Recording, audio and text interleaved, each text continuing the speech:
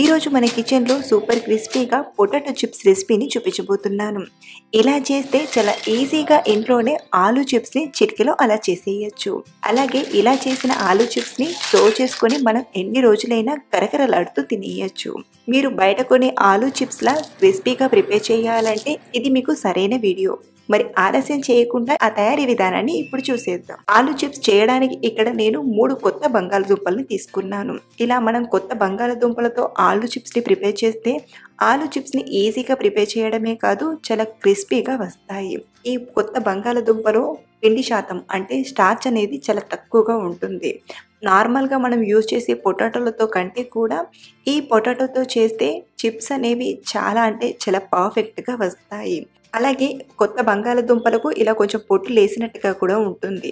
మీకు ఈజీగా కనుక్కోవాలంటే ఇలా కొంచెం పొట్టు లేసినట్టుగా చూసి కూడా తీసుకోవచ్చు. మీకు ఇంకొకటి ఏంటంటే ఈ జనవరి, ఫిబ్రవరి నెలలో ఈ కొత్త బంగాళదుంపలు అనేవి మార్కెట్లో చాలా ఈజీగా దొరుకుతాయి. మనం ఈ టైంలో కాక వేరే టైంలో ఆలూ చిప్స్ని ప్రిపేర్ చేసుకోవాలంటే ఈ కొత్త బంగాళదుంపలు అనేవి పొటాటో చిప్స్ చేస్తుంటారు కదా, వాళ్ళ దగ్గర కూడా పర్చేస్ చేయొచ్చు. అయితే ఇలా తీసుకున్న స్టార్చ్లెస్ బంగాళదుంపల్ని బాగా కడిగి తీసుకోండి. ఇప్పుడు ఇలా కడిగాక వేరొక బౌల్లోకి కూలింగ్ వాటర్ని తీసుకుందాం. ప్రజెంట్ నా దగ్గర కూలింగ్ వాటర్ లేవన్నట్టు ఒక 2-3 గ్లాసుల వరకు ఇలా నార్మల్ వాటర్ని తీసుకున్నాను. ఇందులోనే కొంచెం ఐస్ క్యూబ్స్ని వేసుకుంటే మనకు కూలింగ్ వాటర్ అనేవి రెడీ అయిపోతాయి. మీరు కూడా ఇలాగే ఐస్ వాటర్నైనా లేదా కూలింగ్ వాటర్నైనా తీసుకోండి. ఇప్పుడు బంగాళదుంపలను పీల్ ఆఫ్ చేసుకుంటూ డైరెక్ట్గా ఐస్ వాటర్లోకి తీసుకుందాం. మనం పొటాటో వేపర్స్ చేయడానికి ఈ బంగాళదుంపలతో చేస్తే వంట రాని వాళ్ళైనా సరే, అంటే కొత్తగా అప్పుడే వంటగదిలోకి అడుగుపెట్టిన వారైనా సరే చాలా ఈజీగా చేసేస్తారు. ఇలా అన్ని పొట్టు తీసి ఐస్ వాటర్లోకి యాడ్ చేశాక బంగాళదుంపలు అనేవి కొంచెం కూల్ అయ్యేంత వరకు ఈ ఐస్ వాటర్లోనే ఇలాగే వదిలేయండి. ఇలా ఐస్ వాటర్లో బంగాళదుంపల్ని వేయడం వలన మనం ఆలూ చిప్స్ని ప్రిపేర్ చేసుకున్నప్పుడు పొటాటోస్ అనేవి కొంచెం గట్టిగా అంటే స్టిఫ్గా రెడీ అయ్యి ఆలూ చిప్స్ అనేవి పర్ఫెక్ట్గా ప్రిపేర్ చేసుకోవచ్చు. కాబట్టి ఈ పొట్టు తీసిన బంగాళదుంపలు చక్కగా కూల్ అయ్యేంత వరకు ఈ ఐస్ వాటర్లోనే ఉంచండి. మీరు ఇంకొంచెం ఫాస్ట్గా ఈ ఆలూ చిప్స్ని ప్రిపేర్ చేసుకోవాలంటే ఈ బాల్ని ఒక 10 నిమిషాల పాటు డీప్ ఫ్రిడ్జ్లో పెట్టినా కానీ పొటాటోస్ అనేవి త్వరగా కూల్ అవుతాయి. ఇక్కడ నేనైతే అరగంట పాటు కూలింగ్ వాటర్లో ఉంచాను. చూడండి, పొటాటో కూడా చాలా కూల్ అయింది. ఇప్పుడు పొటాటోస్ని వాటర్ నుండి తీసి పొడి క్లాత్తో తుడిచి తీసుకుందాం. మనం ఇలా పొడి క్లాత్తో తుడిచాక మళ్ళీ ఆరబెట్టడం అలాంటివి ఏమీ చేయనవసరం లేదు. డైరెక్ట్గా పొటాటో చిప్స్ చేసుకుంటే సరిపోతుంది. ఇప్పుడు డీప్ ఫ్రైకి సరిపడా ఆయిల్ని తీసుకొని బాగా వేడి చేయండి. ఆయిల్ మాత్రం బాగా వేడయ్యాకే మనం పొటాటో చిప్స్ని ప్రిపేర్ చేసుకోవాలి. అలాగే ఆలూ చిప్స్ చేయడానికి ఇలాంటి స్లైసర్ అయినా లేదా వేరే మోడల్ స్లైసర్ అయినా కానీ మార్కెట్లో ఈజీగా దొరుకుతుంది. చూడండి, ఇలా ఆయిల్ వేడయ్యాక మనం డైరెక్ట్గా ఆయిల్లోనే పొటాటో చిప్స్ని ప్రిపేర్ చేసుకుందాం. మీకు ఇలా డైరెక్ట్గా ఆయిల్లో ప్రిపేర్ చేయడం కష్టంగా అనిపిస్తే మీకు వేరే మెథడ్ కూడా చూపిస్తాను. ఇలా ఆయిల్లో సరిపడా పొటాటో చిప్స్ని తీసుకున్నాక మంటను మీడియం టు హై ఫ్లేమ్ మధ్యలో పెట్టండి. మరీ హై ఫ్లేమ్లో పెడితే పొటాటో చిప్స్ అనేవి త్వరగా కలర్ వచ్చేస్తాయి. అలా అని మరీ మీడియం ఫ్లేమ్లో కానీ లేదా లో ఫ్లేమ్లో కానీ పెడితే పొటాటో చిప్స్కి ఆయిల్ అనేది బాగా పడుతుంది. కాబట్టి మంటను మీడియం టు హై ఫ్లేమ్ మధ్యలో పెట్టి ఫ్రై చేయండి. ఇలా టర్న్ చేస్తూ బాగా ఫ్రై చేయండి. పొటాటో చిప్స్ ఫ్రై అయినవి అంతగా తెలియదు. కాబట్టి ఇలా పొటాటో చుట్టూ వచ్చి నురగ తగ్గిపోయిందంటే ఆలూ చిప్స్ పర్ఫెక్ట్గా ఫ్రై అయినట్లు. ఇప్పుడు వీటిని ఆయిల్ నుండి తీసి గిన్నెలోకి తీసుకుందాం. చూడండి, క్రిస్పీగా భలే వచ్చాయి కదా. మీకు ఒకటి బ్రేక్ చేసి చూపిస్తాను. చూడండి, అచ్చం బయట షాప్లో కొన్నట్లే ఆలూ చిప్స్ని ప్రిపేర్ చేసుకున్నాం కదా. అయితే ఈ పొటాటో చిప్స్ని ఇంకొంచెం ఈజీగా ప్రిపేర్ చేసుకోవాలి అని అంటే ఈ సెకండ్ మెథడ్ని ఫాలో అవ్వండి. చాలా మందికి ఆయిల్లో అలా స్లైసర్తో కట్ చేసి చిప్స్ని ప్రిపేర్ చేసుకోవాలంటే కొంచెం భయపడొచ్చు. అలాంటి వారు అలా డైరెక్ట్గా ఆయిల్లో కాకుండా మనం ముందుగానే ఆలూ చిప్స్ని కట్ చేసి కూడా ఆ తర్వాత ఫ్రై చేయొచ్చు. అది ఎలాగో ఇప్పుడు చూపిస్తాను. పొటాటో చిప్స్ అనేవి మరీ మందంగా కాకుండా సన్నగా అంటే పలచగా కట్ చేసుకుంటే బంగాళదుంప అనేది త్వరగా ఫ్రై అయ్యి క్రిస్పీగా అవుతుంది. అదే మనం కొంచెం తిక్కగా కట్ చేస్తామనుకోండి, ఫ్రై అవ్వడానికి కొంచెం టైం పడుతుంది. అలాగే చిప్స్ అనేవి కరకరగా రాకుండా కొంచెం గట్టిగా వస్తాయి. మనం కట్ చేసేటప్పుడే ఆ థిక్నెస్ని చూసుకొని కట్ చేసుకుంటే పర్ఫెక్ట్గా ప్రిపేర్ చేసుకోవచ్చు. చూడండి ఇంత థిక్నెస్‌గా మనం స్లైసర్‌తో ఆలూ చిప్స్‌ని కట్ చేసుకుంటే పొటాటో వేపర్స్‌ని చాలా ఈజీగా ప్రిపేర్ చేసుకోవచ్చు. అయితే ఇలా స్లైసర్‌తో కట్ చేసిన ఆలూ చిప్స్‌ని తుడవడం గానీ లేదా ఆరబెట్టే పని గానీ అస్సలు లేదు. ఇలా కట్ చేసిన పొటాటో చిప్స్‌ని డైరెక్ట్‌గా విడివిడిగా ఆయిల్‌లో వేసి ఫ్రై చేసుకుందాం. అలాగే ముద్దగా వేస్తే ఆలూ చిప్స్ అనేవి ఒకదానికొకటి అతుక్కుంటాయి. కాబట్టి ఇలా విడివిడిగా వేసి ఫ్రై చేయండి. మరొకటేంటంటే ఈ పొటాటో చిప్స్‌ని సాల్టీగా ప్రిపేర్ చేయడానికి బయటైతే డైరెక్ట్‌గా కడాయిలోనే సాల్ట్ వాటర్‌ని యాడ్ చేస్తుంటారు. మీకు ఆ మెథడ్‌ని కూడా చూపించడానికి ఒక గిన్నెలోకి 2 టేబుల్ స్పూన్ల వరకు నీళ్లను తీసుకొని ఇందులోనే ఒక అర టీ స్పూన్ సాల్ట్‌ని వేసి బాగా కలపండి. సాల్ట్ మొత్తం కూడా వాటర్‌లో ఇలా డైల్యూట్ అయ్యాక ఈ సాల్ట్ వాటర్‌ని మరో పక్కన ఫ్రై అవుతున్న పొటాటో చిప్స్‌లోకి తీసుకుందాం. పొటాటో చిప్స్ కూడా ఇలా 50% పైనే ఫ్రై అవ్వాలి. ఇప్పుడు ఇందులోకి మనం కలిపిన సాల్ట్ వాటర్ వచ్చేసి అర టీ స్పూన్ వరకు ఇలా తీసుకొని వాటర్ అనేవి ఒకే ప్లేస్‌లో కాకుండా ఇలా కొంచెం స్ప్రెడ్ చేసినట్టుగా వేయండి. ఈ సాల్ట్ వాటర్‌ని వేడి వేడి ఆయిల్‌లో మనం ఒకే ప్లేస్‌లో వేస్తే పగిలినట్టుగా అవుతుంది. కాబట్టి ఒకే ప్లేస్‌లో కాకుండా జాగ్రత్తగా వినండి. కాబట్టి ఒకే ప్లేస్‌లో కాకుండా ఇలా స్ప్రెడ్ చేసినట్టుగా వేస్తే చిటచిట అని సౌండ్ వస్తుంది కానీ పగిలినట్టుగా రాదు. మీడియం టు హై ఫ్లేమ్ మధ్యలో ఫ్రై చేస్తే ఆలూ చిప్స్ అనేవి సాల్టీగా పర్ఫెక్ట్‌గా రెడీ అవుతాయి. బయటలా చేయాలంటే ఇలా సాల్ట్ పొటాటో చిప్స్‌ని ట్రై చేయొచ్చు. ఇవి కూడా ఇలా బాగా ఫ్రై అయ్యాక ఇలా అన్నీ ఫ్రై చేసి తీసుకున్నాక చూడండి కరకరలాడుతూ క్రిస్పీగా ప్రిపేర్ చేసుకున్నాం కదా! మనం ఈ పొటాటో చిప్స్‌ని ఏ ఫ్లేవర్‌తో కావాలంటే ఆ ఫ్లేవర్‌తో ప్రిపేర్ చేసుకోవచ్చు. ప్రెజెంట్ నేను ఇక్కడైతే సింపుల్‌గా కొంచెం సాల్ట్‌ని స్ప్రెడ్ చేసి తీసుకుంటున్నాను. మీరు కావాలంటే కొంచెం కారం, చాట్ మసాలా, ఆనియన్ పొడిని ఇలా స్ప్రింకిల్ చేసుకొని కూడా ఈ పొటాటో చిప్స్‌ని సర్వ్ చేసుకోవచ్చు. నేను పిల్లలతో కలిసి తీసుకుంటున్నాను కాబట్టి కొంచెం సాల్ట్‌ని వేసి బాగా మిక్స్ చేసి గిన్నెలోకి తీసుకోవడమే. అంతే ఎంతో టేస్టీగా కరకరలాడే ఆలూ వేఫర్స్ రెడీ అయిపోయాయి. క్రిస్పీగా మసాలా ఫ్రెంచ్ ఫ్రైస్‌ని చూపించబోతున్నాను. చాలా టేస్టీగా, ఈజీగా ప్రిపేర్ చేసుకోవచ్చు. ఇంట్లో ఏ బంగాళదుంప ఉన్నా సరే వీటిని నేను చెప్పే మెథడ్‌లో ఇలా ట్రై చేసి చూడండి. చాలా బాగా కుదురుతాయి. ఈవినింగ్ స్నాక్స్‌లోకి ఇలా వీటిని వేడి వేడిగా సింపుల్‌గా చేసుకొని కమ్మగా తినేయడమే.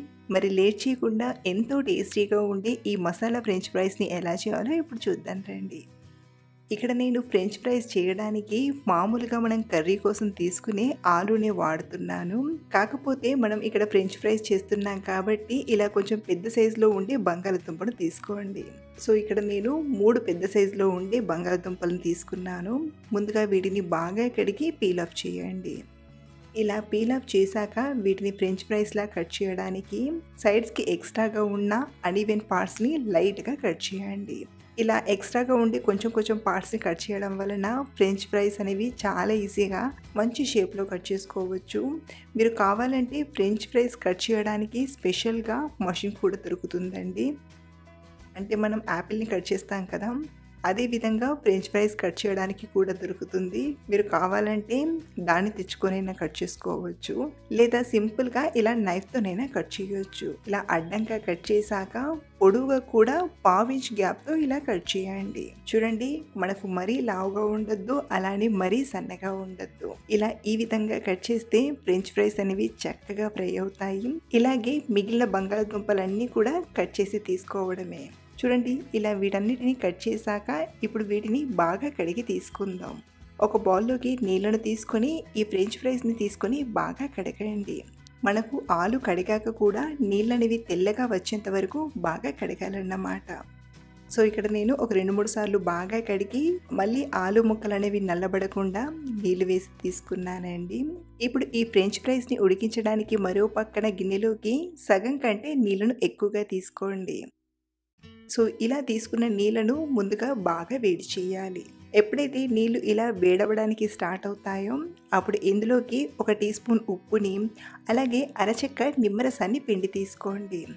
ఇలా నిమ్మరసం వేయడం వలన మనం ఫ్రెంచ్ ఫ్రైస్‌ని ఫ్రై చేసేటప్పుడు ఎక్కువ కలర్ మారకుండా చాలా క్రిస్పీగా వస్తాయి.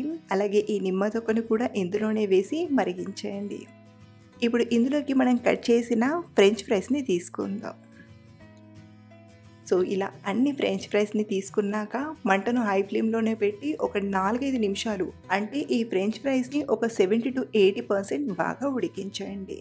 ఇలా ఉడికిస్తున్నప్పుడు కింది నుండి పైకి టర్న్ చేస్తూ బాగా ఉడికించండి. మనం అలాగే ఉడికిస్తే కింద ఎక్కువగా ఉడికిపోయి పైన అనేవి పచ్చి పచ్చిగా ఉంటాయి. కాబట్టి ఇలా మధ్య మధ్యలో టర్న్ చేస్తూ ఒక 4-5 నిమిషాలు ఉడికించండి. చూడండి, ఆలు ముక్కలు ఉడికేటప్పుడు ఇలా పైన నురగలా వస్తుంది కదా, ఇలా ఈ నురగ పోవడం వల్లే మనకు ఫ్రెంచ్ ఫ్రైస్ అనేవి క్రిస్పీగా వస్తాయండి. మొత్తానికి ఇలా ఒక 4-5 నిమిషాలు ఫ్రెంచ్ ఫ్రైస్ని బాగా ఉడికించి ఇలా స్ట్రెయినర్తో కానీ లేదా జాలిగంటతో కానీ నీళ్ళేమీ లేకుండా ఇలా ఫ్రెంచ్ ఫ్రైస్ని మాత్రమే తీసుకోండి. మీరు కావాలంటే గరిటెతో తీసుకుంటూ జాలి గిన్నెలోకైనా తీసుకోవచ్చు, లేదా మీరు కూల్ వాటర్లోకైనా తీసుకోవచ్చు. సింపుల్గా అయితే ఇలా ప్లేట్లోకి తీసుకొని పూర్తిగా చల్లారబెడితే సరిపోతుంది.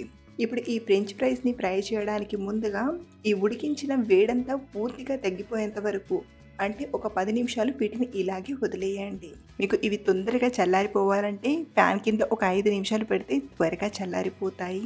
పూర్తిగా చల్లారిపోయాక వీటిని ఫ్రై చేసుకుందాం. అయితే మనం చేసే ఈ ఫ్రెంచ్ ఫ్రైస్ మంచి క్రిస్పీగా రావడానికి ఇందులోకి ఒక 2-3 టీ స్పూన్ల కార్న్ఫ్లోర్ని తీసుకొని మిక్స్ చేసుకుందాం. ఇలా ఇందులో కార్న్ఫ్లోర్ వేయడం వలన ఈ ఫ్రెంచ్ ఫ్రైస్కున్న తడనేది కార్న్ఫ్లోర్ పీల్చుకొని మంచి క్రిస్పీగా వస్తాయి. సో ఇలా ఒక 2-3 టీ స్పూన్ల కార్న్ఫ్లోర్ని తీసుకొని స్లోగా మిక్స్ చేయండి. ఆల్రెడీ మనం ఉడికించి తీసుకున్నాం కాబట్టి మరి గట్టిగా ప్రెస్ చేసినట్టుగా కాకుండా ఇలా స్లోగా మిక్స్ చేయండి, లేదా టాస్ చేసైనా తీసుకోవచ్చు. అలాగే మీ దగ్గర కార్న్ఫ్లోర్ లేకపోతే ఈ ఫ్రెంచ్ ఫ్రైస్కి తడి లేకుండా చూసుకొని కార్న్ఫ్లోర్ వేయకుండా ఫ్రై చేసినా చాలా పర్ఫెక్ట్గా వస్తాయండి. సో ఇప్పుడు ఫ్రై చేయడానికి మరో పక్కన డీప్ ఫ్రైకి సరిపడా ఆయిల్ని తీసుకొని బాగా వేడి చేయండి. అంటే మీడియం కంటే కొంచెం ఎక్కువ వేడి చేయాలన్నమాట. ఆయిల్ బాగా వేడయ్యాక మనకు ఆయిల్ ఎంత వేడి ఉండాలంటే ఒక ఫ్రెంచ్ ఫ్రైస్ని తీసుకొని ఇలా వేడవుతున్న ఆయిల్లో పెడితే ఇలా నురగలా రావాలి. ఇలా హీట్లో ఉందంటే మనకు ఫ్రెంచ్ ఫ్రైస్ చేయడానికి పర్ఫెక్ట్ హీట్ సరిపోయిందన్నమాట. ఇప్పుడు ఇందులోకి సరిపడా ఫ్రెంచ్ ఫ్రైస్ని తీసుకొని మరి ఎక్కువసేపు కాకుండా కేవలం 1 నిమిషం పాటే ఫ్రై చేయండి. అంటే మనం వీటిని 2 సార్లు ఫ్రై చేయాలన్నమాట. ఒక్కసారి ఫ్రై చేసి తీసుకుంటే అంత క్రిస్పీగా రావు.